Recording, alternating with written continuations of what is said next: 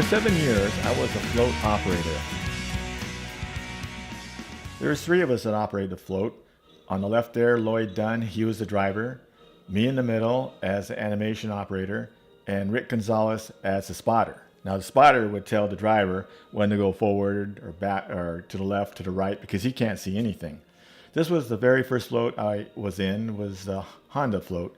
And we were the very first float in the parade that year. I was in charge of the wheels moving, the helicopter going up and down, the doors opening on the sides, and the music.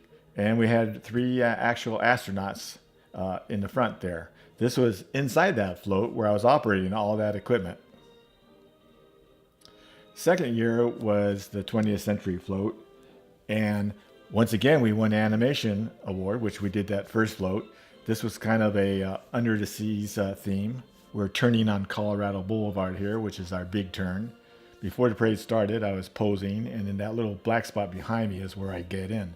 The third year was a Glade float, which I was in charge of the spray coming out of the steam you saw there, and all the moving parts, the sound, and here was my control panel for that float.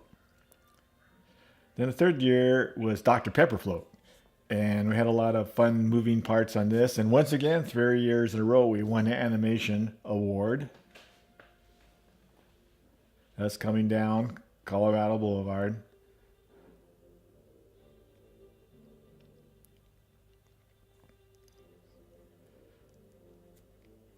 Here's the three of us just before the start of the parade. It was pretty cold in the morning. You can see we're all wrapped up.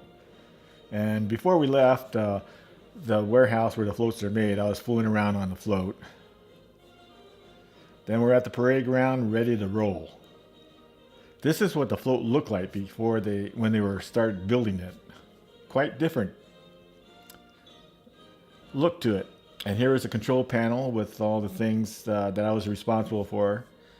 And again, we're getting ready to roll down. The parade's just about ready to start. One last look at the teeth, make sure they're clean. Then the next year was another Dr. Pepper float, and this was the Double Dragon. And my job, that steam coming out of the dragon's mouth, I was responsible for making sure that was happening out of both dragons, the wings flapping, the heads going up and down, parts were moving in the castle. This was a sketch of that float before they started building it, so they had an idea what to do. And this was the float at the warehouse before we left for the parade ground. Everything was down, so we get through all the wires. Then this year, I was on the outside of the float, which we look in here. This is a City of Ontario float, and I was in the ticket booth waving for 2 hours to the crowd. I didn't have too much animation on this float. We didn't win any. That was the 1 year we didn't win the Animation Award. Excuse me. Some shots from where I was standing in that float. Rick Gonzalez, our spotter, he was also outside. He was right there. And my last year was this float that this organization sponsored military personnel that were in the reserves that got called up to active duty, that they would make sure they had their jobs when they came back from their active duty. Sheriff Baca was on the float with us. There's little interviews before the float, and we also had some military personnel that was on the float. Sheriff Baca again, and that was Bill. He was doing animation that year. I was doing that float there. I was a spotter. Rick was not doing it anymore at that point. Here's the crowd getting all excited, getting ready for as we're starting the parade. Yeah, they pay big bucks for those seats.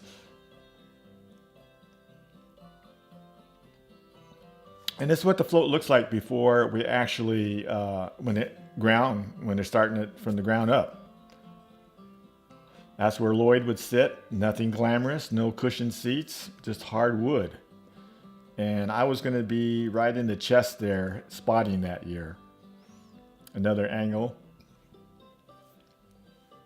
And here's the controls for the animation that Bill was operating.